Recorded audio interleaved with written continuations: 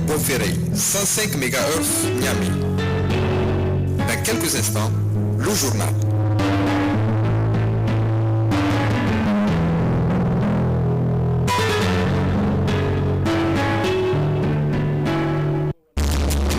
Vous écoutez Bonferré FM, le journal Haïdara Youssouf. Bienvenue dans cette édition de 17h45 sur votre radio, la radio Bonferré FM, qui émet sur les 105 MHz depuis Niamey. Deux titres pour cette édition. Dans quelques jours, les pèlerins pour le Hajj édition 2024 débuteront les rites du Hajj. Sur ce sujet, les autorités saoudiennes intensifient les sensibilisations pour un Hajj réussi. À Niamey, les agriculteurs de la région attendent toujours l'installation effective de la saison hivernale. Sur cette question, nos reporters se sont entretenus avec la directrice régionale de l'agriculture. Le développement de ces titres à suivre dans quelques instants. Les autorités saoudiennes, à travers le ministère en charge du Hajj et la Oumara, ont initié des séries de campagnes de diffusion de messages de sensibilisation à l'intention des pèlerins de cette édition 2024. La campagne publiée en plusieurs langues est diffusée dans plusieurs aéroports et sur les plateformes des réseaux sociaux. Moustapha Abdamazogoma. À quelques semaines du début du Hajj 1445, les autorités saoudiennes, à travers le ministère du Hajj et de la Oumara, ont lancé une campagne internationale de sensibilisation et d'éducation à l'intention du candidat au Hajj afin de les inciter au respect des règles du Hajj telles qu'éditées par ces dernières. Menée dans 15 langues, les plus parlées au monde, la campagne de sensibilisation est traduite par la diffusion de messages en instructions et règlements du Hajj à travers les médias numériques et traditionnels, ainsi que dans 20 aéroports de différents pays.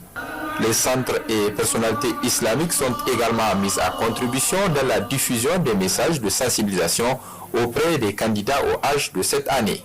Mise à contribution également dans cette campagne de sensibilisation des compagnies aériennes Saudi Airlines, à bord desquelles la chaîne Hajj et Oumara, qui diffuse dans les langues des pèlerins des informations relatives aux différents rites du Hajj, est mise à la disposition des passagers. Le ministère du Hajj et de la Oumra de l'Arabie Saoudite communique également sur les réseaux sociaux et le site internet hajj.gov.sa/guide à travers la mise à disposition sur sa plateforme de guides explicatifs et informations de sensibilisation afin que les pèlerins puissent accomplir les rituels facilement et aisément et connaître leurs étapes, leurs horaires et leurs méthodes, comme le guide de la grande mosquée de la Mecque, le guide de la mosquée du prophète et le guide des services de la mosquée du prophète. Dans les mesures introduites cette année pour un Hajj réussi, les autorités saoudiennes ont exigé l'obtention d'un permis et d'un visa pour le Hajj cette année. Les pèlerins doivent obtenir ces documents avant de s'y rendre en terre sainte. Moustapha Zongoma. Tout contrevenant qui transporte des personnes sans visa Hajj à la Mecque s'expose à des peines d'emprisonnement et amende, ont annoncé les autorités saoudiennes qui ont décidé d'exécuter des peines prévues à la matière, à savoir un emprisonnement de 15 jours, une amende d'au moins 10 000 rials et l'expulsion des contrevenants au règlement du Hajj, une fois qu'ils sont pris en flagrant délit de transport de pèlerins non détenteurs de permis ou de visa dûment délivrés par les autorités saoudiennes et qui les autorisent à accomplir le Hajj. À travers ses comptes sociaux sous le hashtag No Hajj Without Permis, pas de Hajj sans permis, le ministère saoudien du Hajj a annoncé que des contrôles de sécurité sont en cours 24 heures sur 24 dans le périmètre de la Mecque, afin de mettre la main sur les contrevenants et déférer devant les autorités compétentes pour une application stricte des sanctions prévues à la matière. Déjà, selon le ministère saoudien de l'Intérieur, 8 décisions ont été rendues par les comités administratifs saisonniers de la direction des passeports avec la condamnation de 8 transporteurs de pèlerins sans visa à une peine de 15 jours de prison et 10 000 rials d'amende, parmi lesquels figurent des résidents et citoyens saoudiens. L'amende et les contraventions peuvent être multipliées en cas de dénonciation. Les contrevenants encourent d'autres mesures comme l'expulsion s'ils sont des expatriés, avec interdiction d'entrée au Royaume d'Arabie Saoudite, suivi d'une confiscation des véhicules utilisés pour le transport des pèlerins. Le ministère saoudien de l'Intérieur a appelé tous les citoyens et expatriés à respecter et à se conformer aux règlements et instructions du Hajj afin que les invités de Dieu puissent accomplir leur rituel dans la sécurité, la sûreté, le confort et le réconfort. Hajj, toujours dans le cadre du renforcement de la vigilance des futurs pèlerins au Hajj, les autorités saoudiennes tirent la sonnette d'alarme concernant ces derniers à se méfier des fausses annonces menées par des fausses compagnies prétendant organiser le Hajj via des tarifs préférentiels. Déjà dans certains pays, plusieurs fausses compagnies ont été interpellées. À la suite du recensement d'annonces mensongères, de campagnes et de comptes fictifs sur les réseaux sociaux qui prétendent organiser le rite du Hajj à des tarifs préférentiels, le ministère du Hajj et de la Oumra d'Arabie Saoudite a appelé les candidats au Hajj à faire preuve de prudence et de méfiance vis-à-vis de ces campagnes mensongères et fictives menées par certains organismes sur les réseaux sociaux dans un certain nombre de pays.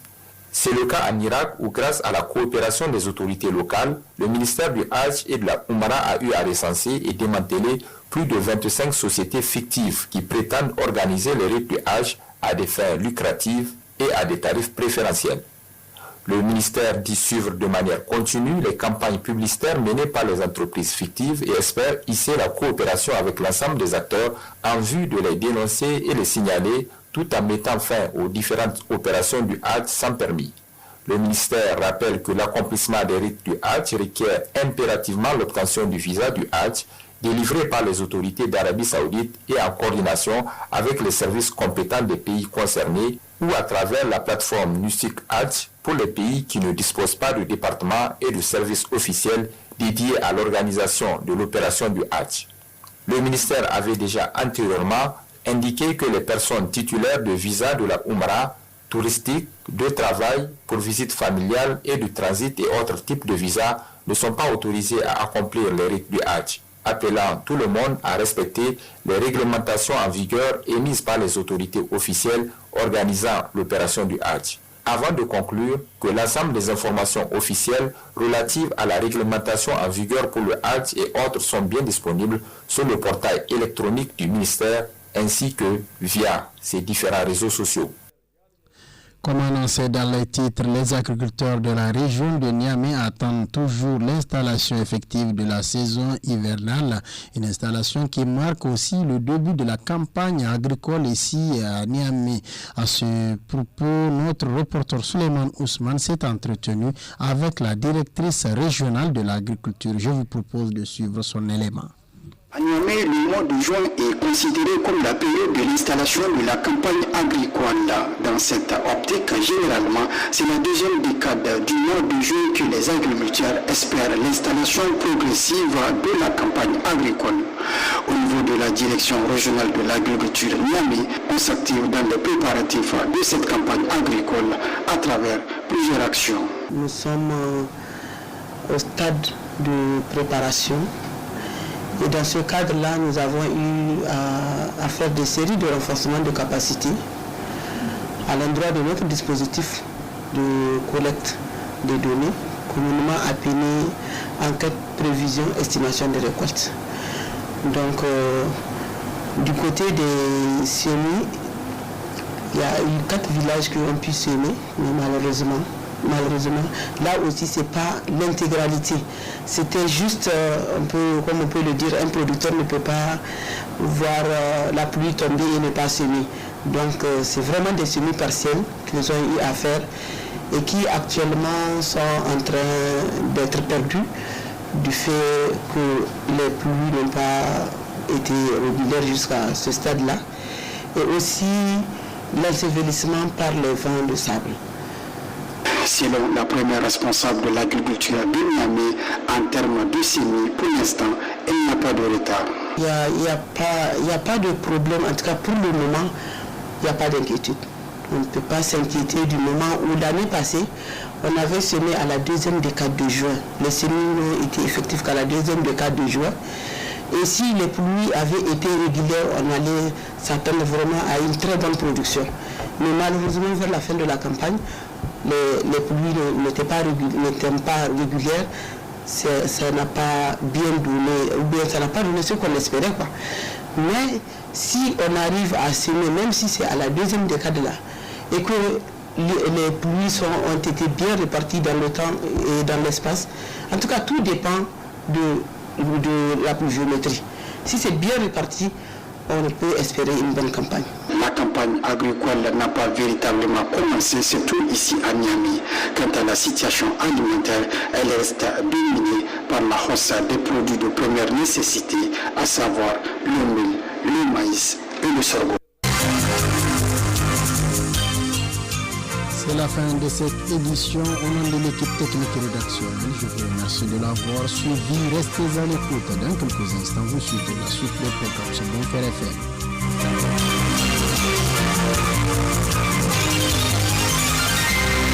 Suivez vos éditions d'information en français sur la radio Bonferré tous les jours de la semaine à midi et à 17h45.